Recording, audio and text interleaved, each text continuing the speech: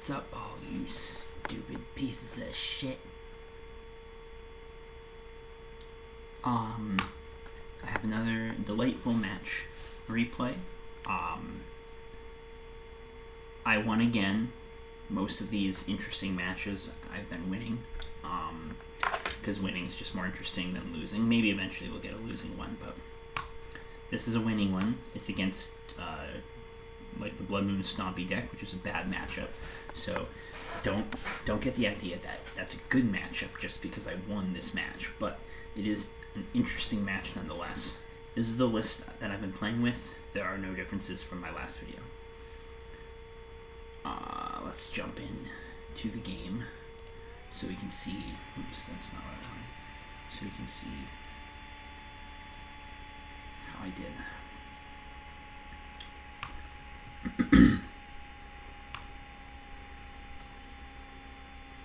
Alright, so game number 1.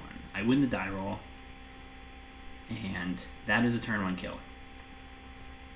So normally I would just jam it, but you can see right here my opponent mulliganed to 5.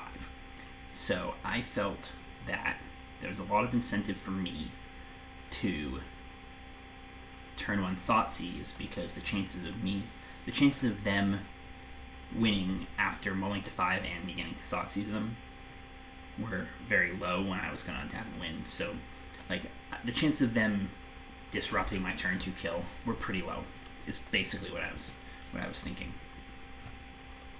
And the information was going to be valuable, so I decided that the information of what they were playing was more valuable to me than jamming on turn 1, especially considering they could still have a Force of Will or something at 5 cards. So anyway, we'll just let this play, we'll see what happens. So I fetched Basic Swamp, and they're on Dragon Stompy, so that was went by a little quick, but the only relevant card they had was Blood Moon. So basically, unless they top deck, and I took, let's see, so it was 2 mountains, Confluence, Blood Moon, Spirit Guide. So I took the Spirit Guide, because that made it so that there's no way they'd be able to play Blood Moon next turn. Not that it would matter in this situation. And even if they top decked a Chalice, there's no way they'd be able to put Chalice on 1.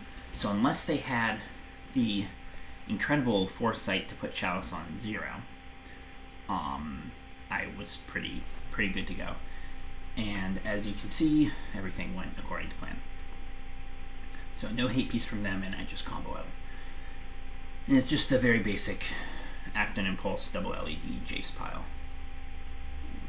Nothing wild going on there. I put the Collective Brutality on the bottom, not on the top like that seemed to imply.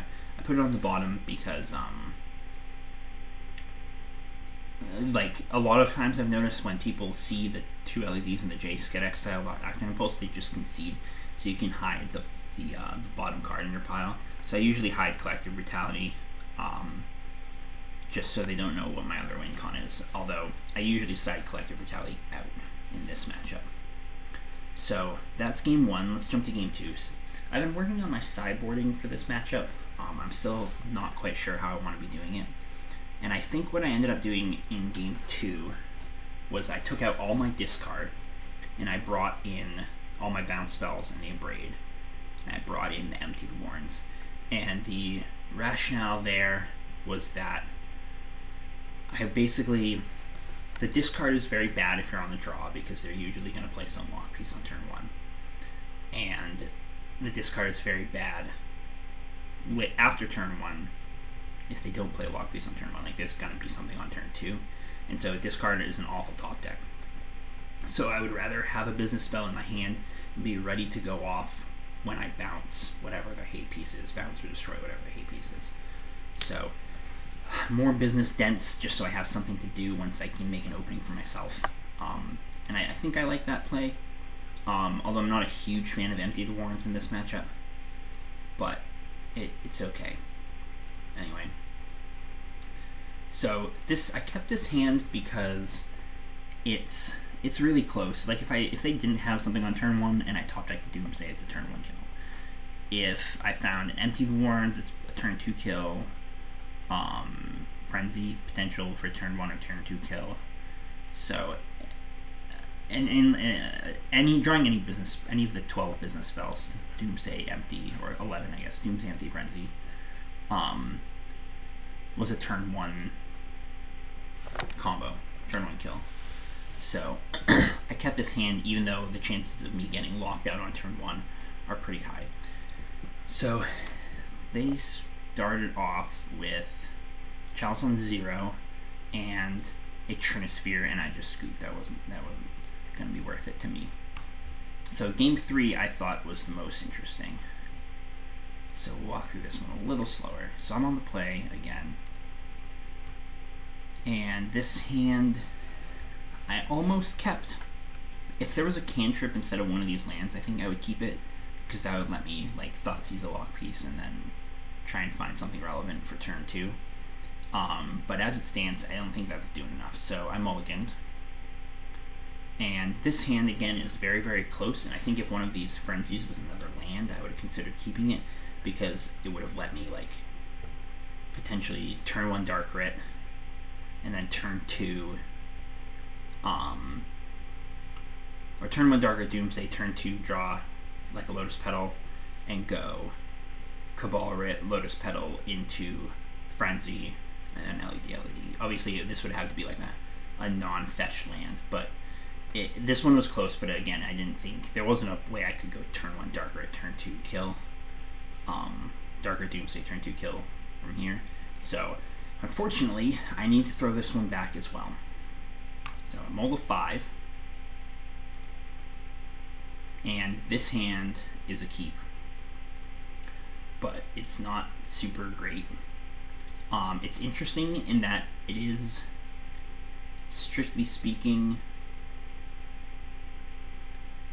so the 7 card hand is a turn 1 kill, but once I put 2 cards away, it's no longer a turn 1 kill, because I would need 1, 2, 3, 4, 5, 6 of those cards, and I have to put 2 on the bottom. But I keep it, and I put back, was that 1 Brainstorm and Lotus Petal. Since I'm not going to be able to do a turn 1 kill anyway, I figured I'd put the Lotus Petal back. And then, so I just play out my landing pass. I'm pretty, at this point, I was more or less resigned myself to losing.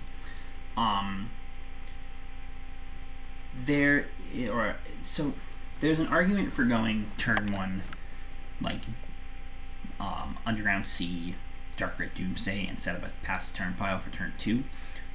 But the problem that I saw with that was that it dies to Blood Moon, it dies to Chalice, it dies to Trinisphere. Basically, it dies to any lock piece that they could possibly have. And so I'm thinking I need to try and find something that's going to beat a lock piece, because basically, unless they have nothing on turn 1 and they kept 7, which is makes that unlikely, then I'm going to get fucked if I try and make a turn 1 pass turn pile. So I just play Delta Pass. And then they lead off with a Chalice on 1, or Chalice on 0. Okay, Chalice on 0. So that would have boned me. So I Brainstorm here. On their end step, looking for something. And, okay, that was went by a little fast, but I put back land and then act on impulse.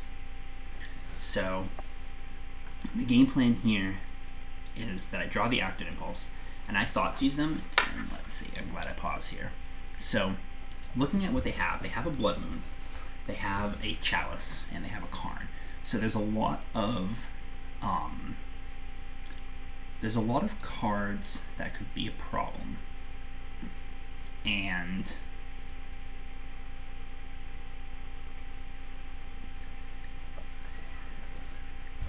but I'm thinking that I could probably beat some of these cards.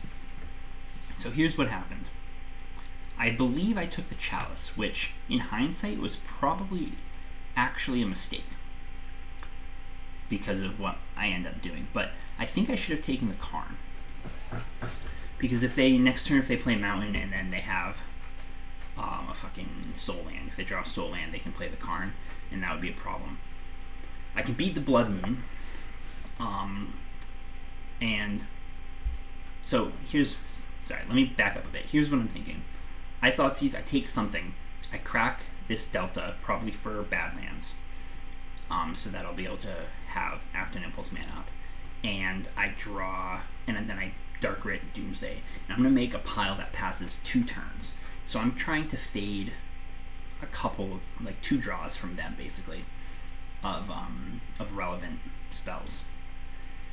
The pile is going to be Echoing Truth, Island, LED, Jace. And so what I'll do basically is I'll draw the Echoing Truth. If they don't have anything, I can Echoing Truth the Chalices on their end step, draw the Island, Act and Impulse into Jace and kill. If they find another mana source and they can cast the Blood Moon, I'll pass another turn.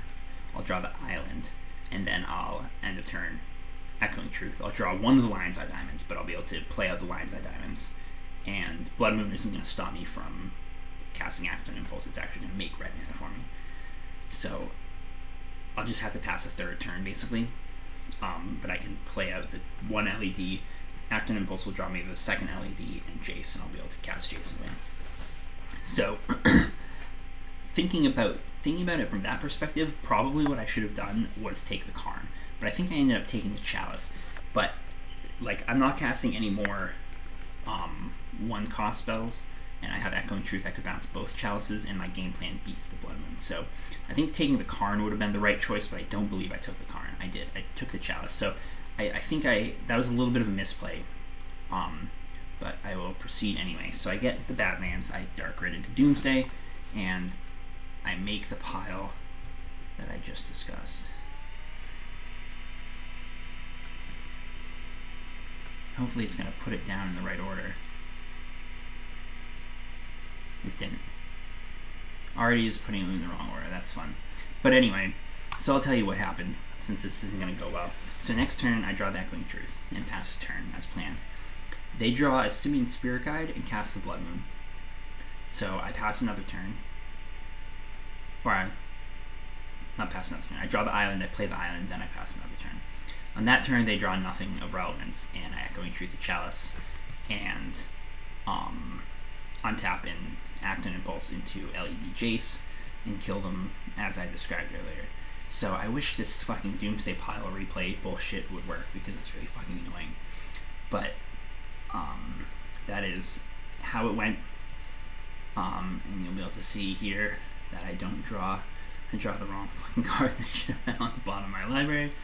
And yeah, so actually works for them. So yeah, you can see that here they play the Blood Moon, and then here I would have drawn an Island. It's so weird. I wonder why that happens.